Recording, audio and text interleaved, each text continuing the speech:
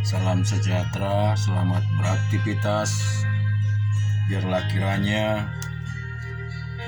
hari ini Tuhan selalu memelihara dan memberkati kehidupan kita jauh lebih baik daripada hari-hari sebelumnya. Kita renungkan kebenaran firman Tuhan di dalam 2 Korintus pasal yang ke-7. Saudara-saudaraku yang kekasih, karena kita sekarang memiliki janji-janji itu, marilah kita menyucikan diri kita dari semua pencemaran jasmani dan rohani, dan dengan demikian menyempurnakan kekudusan kita dalam takut akan Allah.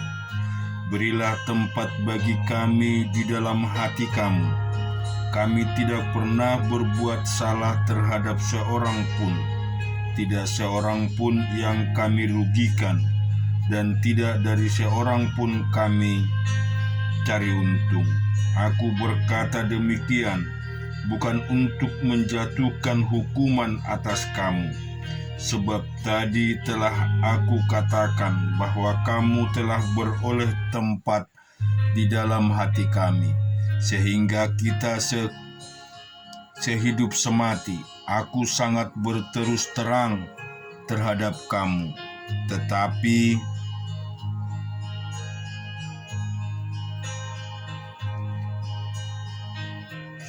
aku juga sangat memegahkan kamu dalam segala penderitaan kami. Aku sangat terhibur dan sukacitaku melimpah-limpah. Bahkan ketika kami tiba di Makedonia, kami tidak beroleh ketenangan bagi tubuh kami. Di mana-mana kami mengalami kesusahan, dari luar pertengkaran dan dari dalam ketakutan. Tetapi Allah yang menghiburkan orang yang rendah hati telah menghibur kami dengan kedatangan Titus. Bukan hanya oleh kedatangannya saja, tetapi juga oleh penghiburan yang dinikmatinya di tengah-tengah kamu. Karena itu telah memberitahukan kepada kami tentang kerinduanmu, keluhanmu, kesungguhanmu untuk membela aku, sehingga makin bertambahlah sukacitaku. Jadi meskipun aku telah menyedihkan hatimu dengan suratku itu, namun aku tidak menyesalkannya. Memang pernah aku menyesalkannya, karena aku lihat bahwa surat itu menyedihkan hatimu, kendati pun untuk seketika saja lamanya. Namun sekarang aku bersuka cita, bukan karena kamu telah berduka cita, melainkan karena duka citamu membuat kamu bertobat. Sebab duka citamu itu adalah menurut kehendak Allah, sehingga kamu sedikit pun tidak dirugikan oleh karena kami. Sebab duka cita menurut kehendak Allah menghasilkan pertobatan yang membawa keselamatan, dan yang tidak akan disesalkan. Tetapi duka cita yang dari dunia ini menghasilkan kematian. Sebab perhatikanlah betapa justru duka cita yang menurut kehendak Allah itu mengerjakan pada kamu sesungguhnya yang besar, bahkan pembelaan diri, kejengkelan, ketakutan, kerinduan, kegiatan, penghukuman. Di dalam semuanya itu kamu telah membuktikan bahwa kamu tidak bersalah di dalam perkara ini. Sebab itu jika aku telah menulis surat kepada kamu, maka bukanlah oleh karena orang yang berbuat salah, atau oleh karena orang yang menderita perbuatan salah, melainkan supaya kerelaanmu terhadap kami menjadi nyata bagi kamu di hadapan Allah. Sebab itulah kami menjadi terhibur. Dan selain penghiburan yang kami peroleh itu, kami lebih lagi bersukacita oleh karena sukacita Titus, sebab kamu semua menyegarkan hatinya. Aku memegahkan kamu kepadanya, dan kamu tidak mengecewakan aku. Kami senantiasa mengatakan apa yang benar kepada kamu, Demikian juga kemegahan kami di hadapan Titus sudah ternyata benar, dan kasihnya bertambah besar terhadap kamu, apabila ia mengingat ketaatan kamu semua, bagaimana kamu menyambut kedatangannya dengan takut dan gentar. Aku bersuka cita sebab aku dapat menaruh kepercayaan kepada kamu. Kita juga akan baca firman Tuhan di dalam Yehezkiel pasal yang kelima. Engkau anak manusia, ambillah sebilah pedang yang tajam dan pakailah itu sebagai pisau cukur tukang pangkas. Cukurlah rambutmu dan janggutmu dengan itu. Lalu ambillah sebuah timbangan dan bagi-bagilah rambutmu. Sepertiga harus kau bakar dengan api di tengah-tengah kota itu. Sesudah berakhir waktu pengepungannya, sepertiga harus kau ambil dan letakkan dengan pedang itu sekelilingnya, dan sepertiga lagi hamburkanlah ke dalam angin, dan aku akan menghunus pedang dari belakang mereka. Engkau harus mengambil sedikit dari rambut itu dan bungkuslah di dalam pancak kainmu, dan sekali lagi engkau harus mengambil daripadanya, buangkan ke dalam api dan hanguskan dia di sana. Dari sana akan keluar api untuk memakan seluruh kaum Israel. Dan berkatalah kepada mereka, beginilah firman Tuhan Allah, inilah Yerusalem, di tengah-tengah bangsa-bangsa kutetapkan dia, dan sekelilingnya ada negeri-negeri mereka.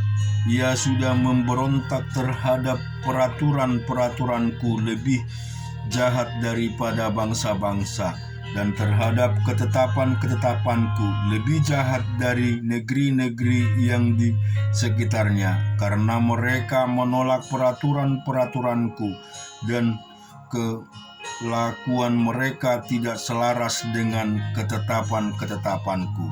Sebab itu beginilah firman Tuhan Allah, oleh karena engkau lebih jahat daripada bangsa-bangsa yang di sekitarmu, dan kelakuanmu tidak selaras dengan ketetapan-ketetapanku, dan engkau tidak melakukan peraturan-peraturanku, bahkan engkau melakukan peraturan-peraturan bangsa-bangsa di sekitarmu.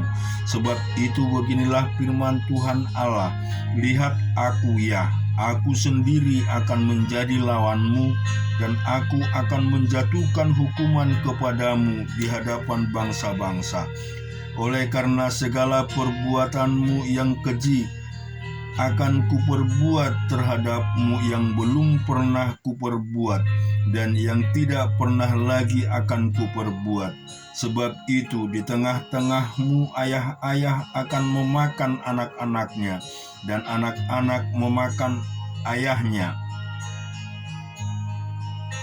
Dan aku akan menjatuhkan hukuman kepadamu. Sedang semua yang masih tinggal lebih daripadamu akan kuhamburkan ke semua penjuru angin. Sebab itu demi aku yang hidup, demikianlah firman Tuhan Allah, sesungguhnya oleh karena engkau menajiskan tempat kudusku dengan segala dewamu yang menjijikkan dan dengan segala perbuatanmu yang keji, aku sendiri akan meruntuhkan engkau. Aku tidak akan merasa sayang dan tidak akan kenal belas kasihan. Sepertiga daripadamu akan mati karena sampar dan mati kelaparan di tengah-tengahmu. Seperti akan tewas dimakan pedang di sekitarmu. Dan sepertiga lagi akan kuhamburkan ke semua mata angin, dan aku akan menghunus pedang dari belakang mereka. Aku akan melampiaskan murkaku kepada mereka, sehingga hatiku yang panas tenang kembali dan aku merasa puas dan merasa akan mengetahui bahwa akulah Tuhan yang mengatakannya di dalam cemburuku, tak kala aku melampiaskan amarahku kepada mereka. Aku akan membuat engkau menjadi reruntuhan dan buah celaan di antara bangsa-bangsa yang di sekitarmu, di hadapan semua orang yang lintas daripadamu. Engkau akan menjadi buah celaan dan cercaan, menjadi peringatan dan satu kengerian bagi bangsa-bangsa yang di sekitarmu. Tak kala aku menjatuhkan hukuman kepadamu di dalam kemurahan dan kemarahan, dan di dalam penghajaran kemarahan. Aku Tuhan yang mengatakannya. Tak kala aku mendatangkan atasmu kelaparan yang dahsyat yang membinasakan, dan aku mendatangkannya untuk membinasakan kamu. Tak kala aku memperdahsyat bencana kelaparan atasmu dan memusnahkan persediaan makananmu. Aku akan mendatangkan kelaparan atasmu dan binatang-binatang buas di tengah-tengahmu yang akan memunahkan anak-anakmu. Sampar akan berkecamuk dan darah akan mengalir di tengah-tengahmu, dan aku akan mendatangkan pedang atasmu. Aku Tuhan yang mengatakannya. Dan juga kita renungkan di Yeremia pasal yang 49 mengenai Bani Amon. Beginilah firman Tuhan, tidak adakah anak Israel, tidak adakah ahli warisnya? Mengapa Dewa Milkom memiliki Gad dan bangsanya mendiami kota-kotanya? Sebab itu sesungguhnya waktunya akan datang, demikianlah firman Tuhan, bahwa aku akan memperdengarkan tempik sorak peperangan terhadap Raba Bani Amon. Kota itu akan menjadi anak bukit yang tandus, dan kota-kota jajahannya akan dibakar dengan api. Maka Israel akan memiliki orang-orang yang dahulu memilikinya. Firman Tuhan, merataplah hai Hesbon, sebab pembinasaan telah maju menyerbu. Berteriaklah hai putri-putri Raba, kenakanlah kain kabung, berkabunglah. Berjalanlah kekelilinglah dengan luka torah-torehan. Sebab Milkon akan pergi ke dalam pembuangan bersama-sama dengan para imam dan pemuka-pemukanya. Betapa engkau memegahkan dirimu dengan lembumu, hai putri yang congkak, yang percaya akan harta bendanya dan yang berkata, siapakah yang berani datang menyerang aku? Sesungguhnya aku mendatangkan kekejutan atasmu. Demikianlah firman Tuhan Allah semesta alam dari segala tempat di sekitarmu, sehingga kamu bersorak-sorak masing-masing ke arahnya sendiri, dan tidak ada yang mengumpulkan orang-orang yang mengembara itu. Tetapi sesudah itu aku akan memulihkan keadaan Bani Amon. Demikian firman Tuhan. Mengenai Edom beginilah firman Tuhan semesta alam. Tidak adakah lagi kebijaksanaan di teman?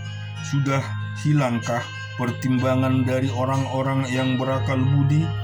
Sudah busukkah kebijaksanaan mereka?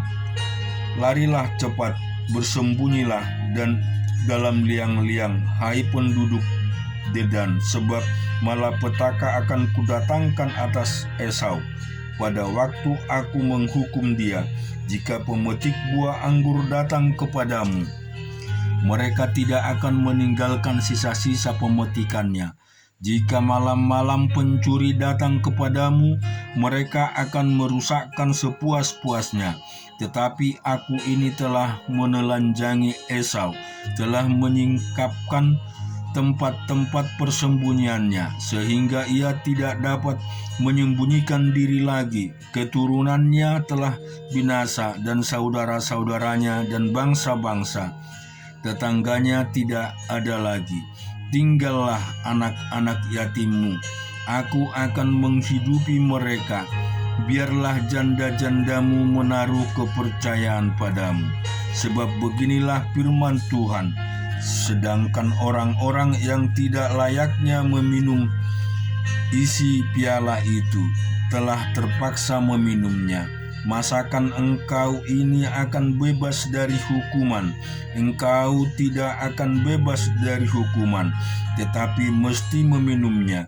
Sebab aku telah bersumpah demi diriku, demikianlah firman Tuhan, bahwa Bosra akan menjadi ketandusan celah, keruntuhan dan kutuk, dan segala kotanya akan menjadi reruntuhan yang kekal. Suatu kabar telah kudengar dari Tuhan, seorang utusan telah disuruh ke tengah-tengah bangsa-bangsa. Berkumpullah, pergilah menyerangnya, bersiaplah untuk bertempur. Sebab sesungguhnya aku membuat engkau kecil di antara bangsa-bangsa, dihinakan di antara manusia. Sikapmu yang menggemetarkan orang memperdayakan engkau, dan keangkuhan hatimu, ya engkau yang tinggal liang-liang batu, yang menduduki tempat tinggi bukit. Sekalipun engkau membuat sarangmu tinggi seperti burung raja wali, aku akan menurunkan engkau dari sana. Demikianlah firman Tuhan. Edom akan menjadi ketandusan.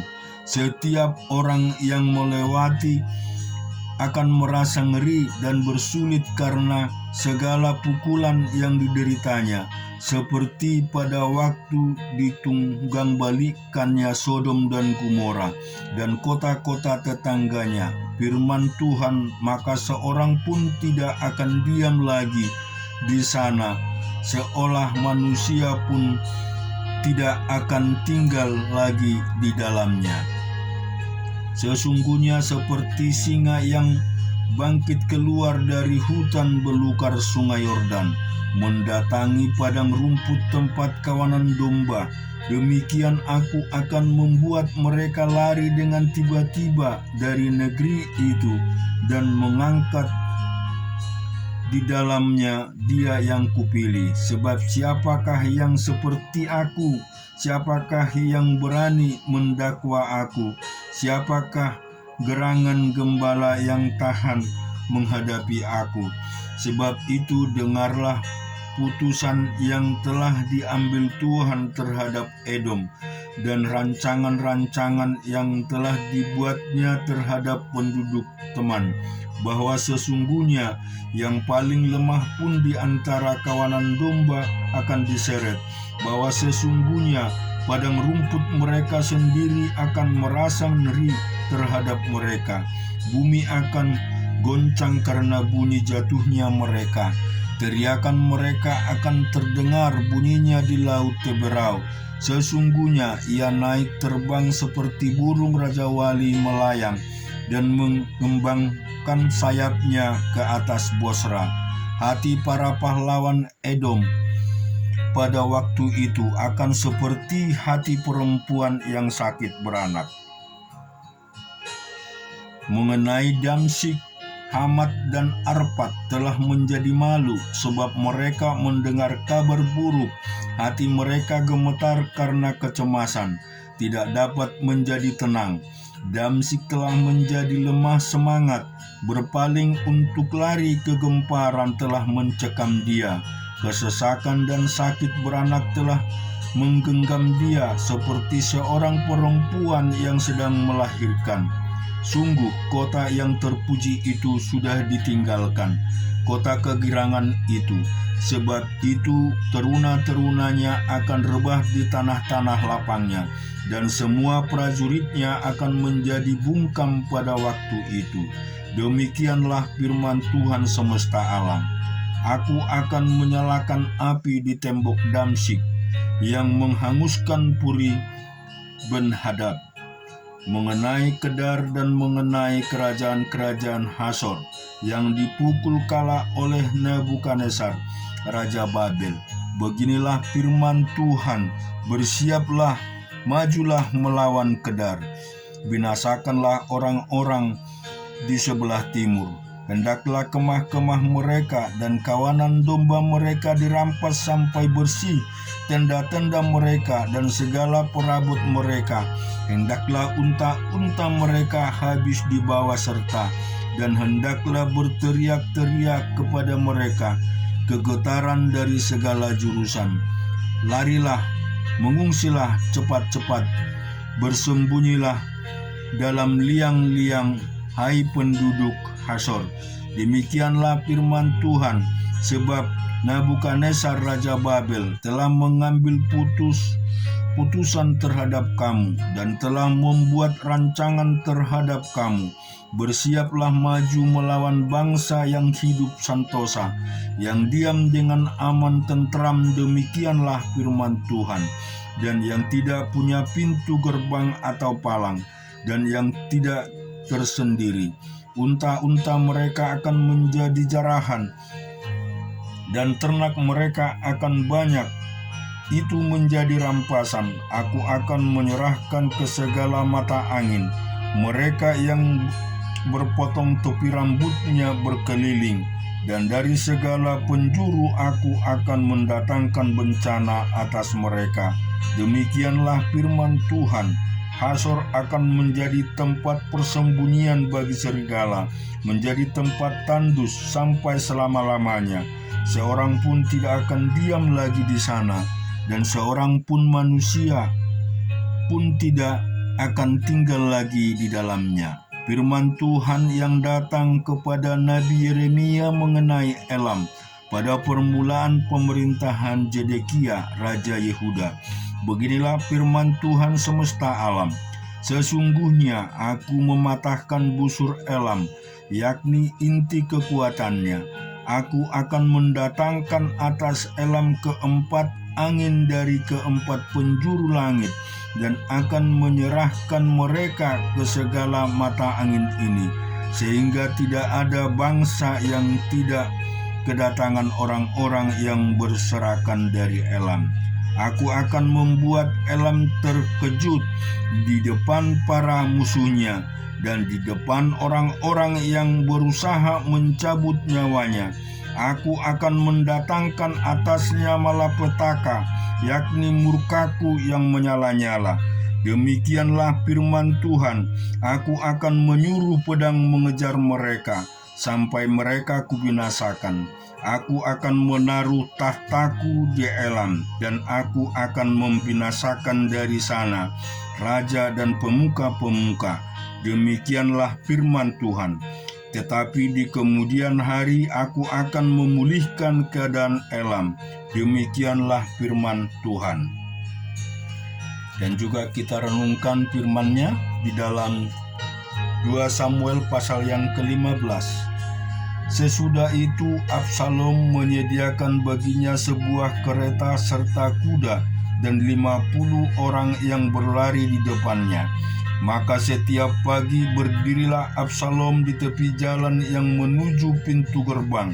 Setiap orang yang mempunyai perkara dan yang mau masuk menghadap raja untuk diadili perkaranya, orang itu dipanggil Absalom dan ditanyai, "Dari kota manakah engkau?" Apabila ia menjawab, "Hambamu ini datang dari suku Israel anu." Maka berkatalah Absalom kepadanya, "Lihat, perkaramu itu baik dan benar, tetapi dari pihak raja tidak ada seorang pun yang mau mendengarkan engkau." Lagi kata Absalom, "Sekiranya aku diangkat menjadi hakim di negeri ini, maka setiap orang yang mempunyai perkara atau pertikaian, hukum boleh datang kepadamu, dan aku akan menyelesaikan perkaranya dengan adil. Apabila seorang datang mendekat untuk sujud menyembah kepadanya, maka diulurkannya lah tangannya, diperpegangnya orang itu dan diciumnya. Cara yang demikian diperbuat Absalom kepada semua orang Israel yang mau masuk menghadap untuk diadili perkaranya oleh raja, dan demikianlah Absalom mencuri hati orang-orang Israel. Sesudah lewat 4 tahun bertanyalah Absalom kepada raja, "Izinkanlah aku pergi supaya di Hebron aku bayar nasarku yang telah kuikrarkan kepada Tuhan. Sebab hambamu ini ketika masih tinggal di Gesur di Aram telah bernasar demikian, jika Tuhan sungguh-sungguh memulangkan aku ke Yerusalem, maka aku akan beribadah kepada Tuhan." Lalu berkatalah raja kepadanya, "Pergilah dengan selamat." Maka berkemaslah Absalom dan pergi ke Hebron. Dalam pada itu Absalom telah mengirim utusan-utusan rahasia kepada segenap suku Israel dengan pesan, "Segera sesudah kamu mendengar bunyi sangkakala, berserulah, Absalom sudah menjadi raja di Hebron." Beserta Absalom turut pergi 200 orang dari Yerusalem. Orang-orang undangan yang turut pergi tanpa curiga dan tanpa mengetahui apapun tentang perkara itu. Ketika Absalom hendak mempersembahkan korban, disuruhnya datang Ahitofel, orang Gilo itu, penasehat Daud, dan Gilo katanya, demikianlah persepakatan gelap itu menjadi kuat, dan makin banyaklah rakyat yang memihak Absalom. Lalu datanglah seorang mengabarkan kepada Daud, katanya, "Hati orang Israel telah condong kepada Absalom." Kemudian berbicaralah Daud kepada semua pegawainya yang ada bersama-sama dengan dia di Yerusalem, "Bersiaplah, marilah kita melarikan diri, sebab jangan-jangan kita tidak lagi luput daripada Absalom. Pergilah dengan segera supaya ia jangan dapat lekas menyusul kita dan mendatangkan celaka atas kita dan memukul kota ini dengan mata pedang." Para pegawai raja berkata kepada raja, "Terserah kepada tuanku raja, hamba-hambamu ini siap." Lalu keluarlah raja dan seisi rumahnya mengiringi dia. 10 orang gundik ditinggalkan raja untuk menunggu istana. Maka keluarlah raja dan seluruh orang-orangnya mengiringi dia dekat rumah yang terakhir. Mereka berhenti, sedang semua pegawainya berjalan melewati, juga semua orang Kerti dan semua orang Pelti, juga semua orang Gad, 600 orang banyaknya yang mengiringi dia sejak dari Gad berjalan melewati raja. Lalu bertanyalah raja kepada Itai, orang Gad itu, "Mengapa pula engkau berjalan bersama kami? Pulanglah dan tinggallah bersama-sama raja. Sebab engkau orang asing, lagi pula engkau orang buangan dari tempat asalmu. Baru kemarin engkau datang bersama, pada hari ini aku akan membawa engkau mengembara bersama-sama kami. Padahal aku harus pergi entah kemana. Pulanglah dan bawalah juga saudara-saudaramu pulang. Mudah-mudahan Tuhan menunjukkan kasih dan setia kepadamu." Tetapi Itai menjawab raja, "Demi Tuhan yang hidup dan demi hidup tuanku raja, di mana tuanku raja ada, baik hidup atau mati, di situ hambamu juga ada." Lalu berkatalah Daud kepada Itai, "Jika demikian berjalanlah lewat." Kemudian lewatlah Itai orang Gad itu bersama-sama dengan semua orang dan semua anak yang menyertai dia. Seluruh negeri menangis dengan suara keras ketika seluruh rakyat berjalan lewat. Raja menyeberangi sungai Kidron, dan seluruh rakyat berjalan ke arah padang gurun. Dan lihat juga Jodak ada di sana beserta semua orang Lewi mengangkat tabut perjanjian Allah. Mereka meletakkan tabut Allah itu, juga Abiatar ikut datang, sampai seluruh rakyat dari kota selesai menyeberang. Lalu berkatalah raja kepada Zodak, "Bawalah tabut Allah itu kembali ke kota. Jika aku mendapat kasih karunia di mata Tuhan, maka ia akan mengizinkan aku kembali, sehingga aku akan melihatnya lagi, juga tempat kediamannya. Tetapi jika ia berfirman begini, aku tidak berkenan kepadamu, maka aku bersedia, biarlah dilakukannya kepadamu apa yang baik di matanya." Lagi berkatalah raja kepada Zodak imam itu, "Jadi engkau dan Abiatar pulanglah ke kota dengan selamat beserta anakmu masing-masing, yakin Ahimas anakmu dan Yonatan anak Abiatar. Ketahuilah aku akan menanti dekat tempat-tempat penyeberangan di padang gurun sampai ada kabar dari kamu untuk memberitahu aku." Lalu Zodak dan Abiatar membawa tabut Allah itu kembali ke Yerusalem, dan tinggallah mereka di sana. Daud mendaki Bukit Zaitun sambil menangis, kepalanya berselubung, dan ia berjalan dengan tidak berkasut. Juga seluruh rakyat yang bersama-sama dengan dia masing-masing berselubung kepalanya, dan mereka mendaki sambil menangis. Ketika kepada Daud dikabarkan demikian, Ahitofel ada di antara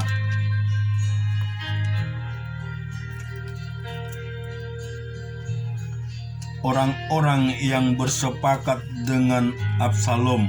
Maka berkatalah Daud, "Gagalkan kiranya nasihat Ahitofel itu, ya Tuhan."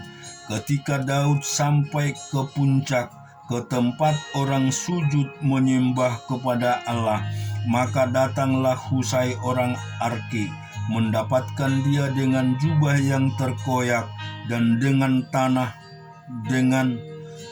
di atas kepala. Berkatalah Daud kepadanya, "Jika engkau turut dengan aku, maka engkau menjadi beban kepadaku nanti. Tetapi jika engkau kembali ke kota dan berkata kepada Absalom, 'Aku ini hambamu ya Raja.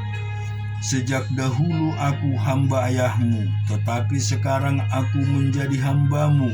Dengan demikian engkau dapat membatalkan nasihat Ahitofel demi aku.' Bukankah Zodak dan Abiatar imam-imam itu ada bersama-sama engkau di sana?